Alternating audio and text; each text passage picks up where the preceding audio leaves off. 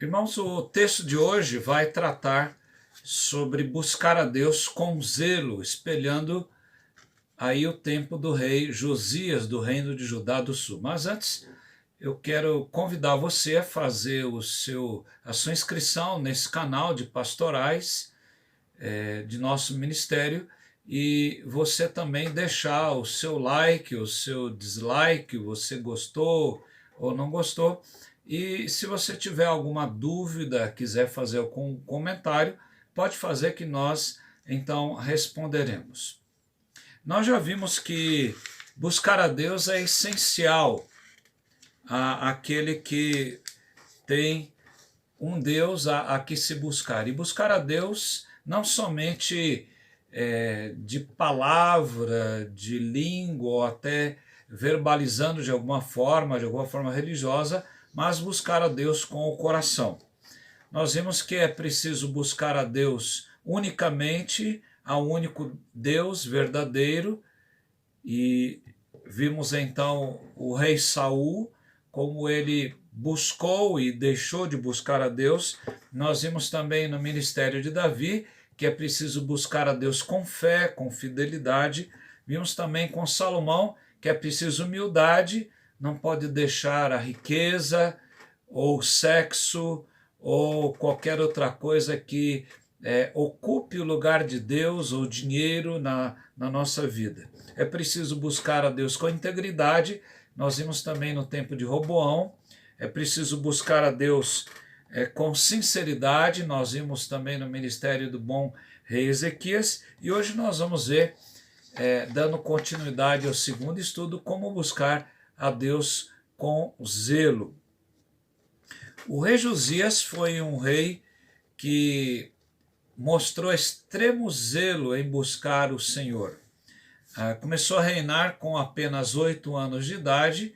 Aos 16 anos ele já estava como adolescente ainda, buscando a Deus de uma forma intensa, e aos 20 anos de idade ele faz uma das maiores revoluções em termos de espiritualidade que um país jamais conheceu. E ele então dá início a uma reforma radical em Israel, e aos 26 anos ele começa então a reparação do templo e procede então à celebração da Páscoa e faz aliança com o Senhor. Nós vimos no primeiro estudo que ele fez o que era reto, fez o que era certo, mesmo em tempos difíceis como nós vivemos hoje, tempos de crises, de calamidades, tempos de dificuldades financeiras, tempos em que muitas vezes nós não vemos saída para uma determinada situação. Alguém que está enfermo, alguém que está necessitado de algum recurso, talvez venha pensar como essa mensagem, como ser fiel ou como buscar a Deus com zelo vai nos trazer algum benefício. Mas certamente isso traz algo para a nossa vida cristã e nós vamos no final aplicar essa mensagem ao nosso coração. O rei Josias estava comprometido com aliança ao Senhor. Nós vimos que ele fez o que era reto, mas ao mesmo tempo ele está comprometido com aliança diante do Senhor. O sacerdote Ilquias, ele então vai ao templo e ele descobre então o livro da lei de Moisés. E então ele leva então ao escrivão Safã, leva então ao rei Josias, e ele lê a palavra de Deus e ele então se quebranta diante do Senhor. O verso 19 desse capítulo 34 de 2 Crônicas, ele diz que tendo o rei ouvido as palavras da lei, rasgou as suas vestes. Então veja, ele se quebranta diante do Senhor e ele pede que o rei que Ilquias, o sacerdote, vá então até a profetisa Uda, para que ela seja consultada acerca daquilo que significa exatamente a descoberta desse livro na sua vida. Profetisa Uda, que está habitando na cidade baixa de Jerusalém, diz o verso de número 22, então ela responde aos emissários do rei Josias, e no verso 27, então, diz a palavra de Deus: porquanto o teu coração se enterneceu e te humilhaste perante Deus, quando ouviste as suas ameaças contra este lugar e contra os seus moradores, e te humilhaste perante mim, e rasgaste as suas vestes, e chorastes perante mim, também eu te ouvi, diz o Senhor. Então, a atitude do bom rei Josias de humilhação, de quebrantamento, numa situação difícil, em vez de ele ficar irritado, dele ficar irado, dele exasperar toda a sua fúria, ele, ao mesmo tempo, ele se quebranta, ele rasga as suas vestes como um sinal de luto, de dor, de pranto, ele chora, ele se apresenta diante de Deus, ele procura saber através dos seus profetas. Ele está no tempo de Jeremias, o profeta, ele está no tempo dessa profetisa, que nós não sabemos direito quem é, mas aparece aqui na cena deste capítulo 34 de 2 Crônicas. Então ele se humilha e ela diz que Deus vai poupar a vida dele por causa da atitude que ele havia tomado. Nós podemos perceber que o rei Josias, então ele corresponde à revelação de Deus, e ele então celebra a Páscoa. E ele celebra a Páscoa como um motivo, uma celebração de uma aliança que ele havia feito. No capítulo 34, no verso 31, diz que o rei se pôs no seu lugar e fez aliança ante o Senhor para o seguirem, guardarem os seus mandamentos, os seus testemunhos e os seus estatutos de todo o coração e de toda a sua alma, cumprindo as palavras desta aliança que estavam escritas naquele livro. Ele descobriu a palavra, e essa palavra então trouxe um impacto na sua vida, e ele agora então se quebranta diante dessa palavra e agora então celebra. O texto fala no verso 33 que Josias era um homem que, enquanto ele viveu, diz no final do verso 33, não se desviaram de seguir o Senhor, Deus de seus pais. Então, enquanto ele viveu, o povo continuou em seguir o Senhor. No capítulo 35, ele agora vai celebrar a Páscoa como decorrente de um momento de aliança. Ele redescobre também a celebração da Páscoa do Senhor, a saída do Egito, a libertação do Egito. Então o povo agora então celebra esta Páscoa, e na verdade ele se revela como um rei que tem algo muito precioso no seu coração, na sua própria vida. O texto fala que o rei Josias ofereceu cordeiros, o verso 7 do capítulo 35, e cordeiros e cabritos e todos para os sacrifícios da Páscoa. O verso 8 diz que também fizeram os seus príncipes ofertas voluntárias. O verso 11, então imolaram o cordeiro da Páscoa, e os sacerdotes aspergiram sangue recebido das mãos dos levitas, que esfolaram as reses. No verso 16, assim se estabeleceu todo o serviço do Senhor naquele dia, para celebrar a Páscoa e oferecer holocaustos sobre o altar do Senhor, segundo o mandado do rei Josias. Josias agora revela toda a autoridade que ele tem como um rei que vai deixar um legado até o Messias Jesus Cristo. Isso ocorre com Moisés, né? A autoridade de Moisés, no capítulo 35, no verso 12, nós lemos que ele faz tudo como está escrito na lei de Moisés, ou como Moisés. No verso 15, ele faz isso também pelo mandado de Davi, né? Segundo o mandado de Davi, de Asaf, de Amã, de Jedutum.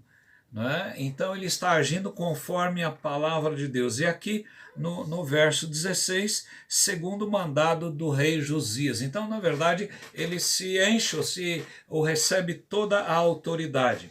No entanto, Josias, apesar de fazer aliança, apesar de celebrar a Páscoa, ele se mostrou um rei pecador.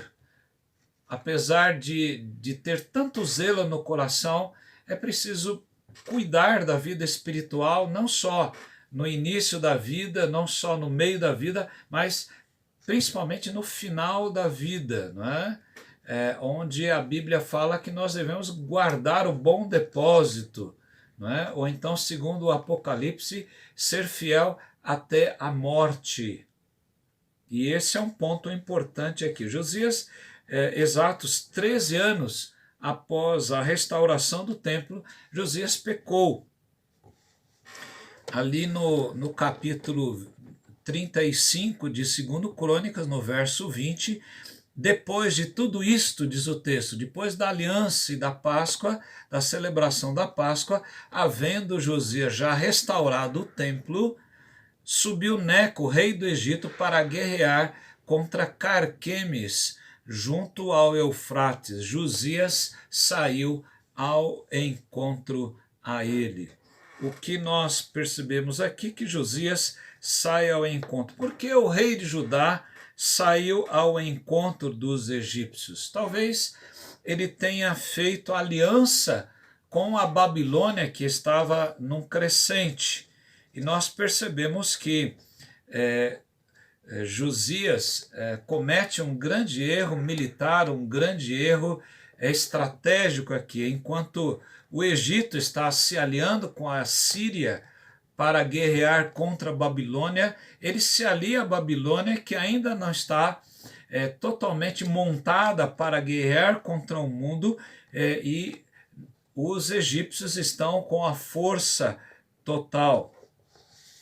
E o texto mostra que Deus havia falado com este rei pagão, este rei do Egito. Nos parece estranho, mas Deus é soberano e ele age do meio que ele quiser, por quem ele quiser e no tempo que ele quiser. E esse é um ponto importante aqui de nós percebermos. O verso 21 nos diz que então Neco mandou mensageiros, quando o rei Josias saiu ao seu encontro, mandou o seu exército, mandou os seus mensageiros. Então Neco lhe manda mensageiros. Ele diz: que tenho eu contra o rei de Judá? Quer dizer, a minha guerra é contra os assírios, não é contra Judá. Mas, no entanto, Judá interfere naquilo que, na passagem ali, lá em Carquemes, né? Ele interfere, então, nessa batalha. O texto diz, então, não vou contra ti hoje, mas vou contra a casa que me faz guerra. E disse Deus, veja bem o que o texto está dizendo, e disse Deus que me apressasse, cuida de não te opores a Deus, que é comigo, para que ele não te destrua. Então veja que Deus falou ao faraó Neco para que ele então destruísse quem estivesse lá naquela batalha de Carquemes. Mas o texto no verso 22 diz, porém, Josias não tornou atrás. Quem sabe ele teria ido se consultar com o profeta Jeremias, que era vivo naquela época, ou na própria profetisa Ulda. O texto não registra, mas o texto mostra que Josias age com o próprio coração, sem consultar a Deus, sem agir conforme Deus queria. Ele vai então à guerra. ele não torna atrás. O texto diz: antes ele se disfarçou para pelejar contra ele, não dando ouvido às suas palavras, que Neco lhe falara da parte de Deus. Saiu a pelejar no vale de Megido. Os flecheiros então atiraram contra o rei Josias. Então o rei disse aos seus servos: tirai-me daqui, porque estou gravemente ferido. O verso 24 diz então: seus servos o tiraram do carro, levaram-no para o segundo carro que tinha e o transportaram para Jerusalém, e ele morreu. E o sepultaram nos sepulcros de seus pais. Todo Judá e Jerusalém prantearam por Josias. Jeremias compôs uma lamentação sobre Josias, e todos os cantores e cantoras, nas suas lamentações, se têm referido a Josias até o dia de hoje, porque as deram por prática em Israel, que estão escritas nos livros ou no livro de Lamentações. Quando você observa isso, você pode perceber que um homem que foi extremamente zeloso, mas ao mesmo tempo ele cai num grande erro de agir sem consultar o Senhor. Da mesma maneira, irmãos, a palavra de Deus nos previne para que nós também não consultemos as pessoas de uma forma geral, mas consultemos o Senhor. Em 1 Coríntios, no capítulo 10, no verso 10 e o verso 11, diz: nem murmureis com alguns que murmuraram e foram destruídos pelo exterminador. Estas coisas lhes sobrevieram como exemplos e foram escritas para a advertência nossa, de nós outros, sobre quem os fins dos séculos têm chegado. O que nós percebemos aqui é que Josias cometeu um grande erro que levou ao término, ao cabo de sua vida, mas a despeito dos seus pecados, o que nós podemos perceber é que o relato sobre os Josias nos apresenta como devemos buscar a Deus com zelo, mas ele é um tipo de Messias do Velho Testamento, um tipo de Cristo do Velho Testamento, e reforça o ensino que não há fidelidade à parte de Deus, à parte do Redentor.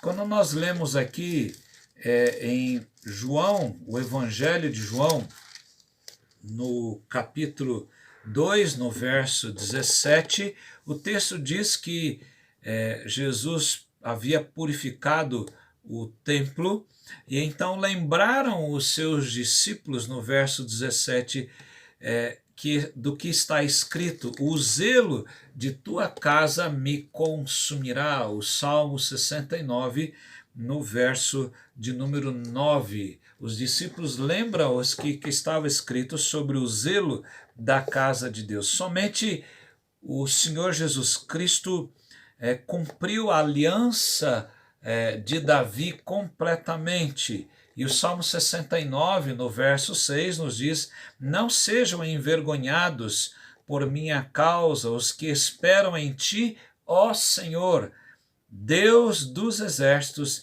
nem por minha causa sofram vexame os que te buscam, ó Deus de Israel. Somente ele viveu uma vida sem pecado, e sendo assim, ele não envergonhou o remanescente fiel. Em Hebreus, no capítulo 4, no verso 15, mostra o que Jesus de fato é para nós hoje.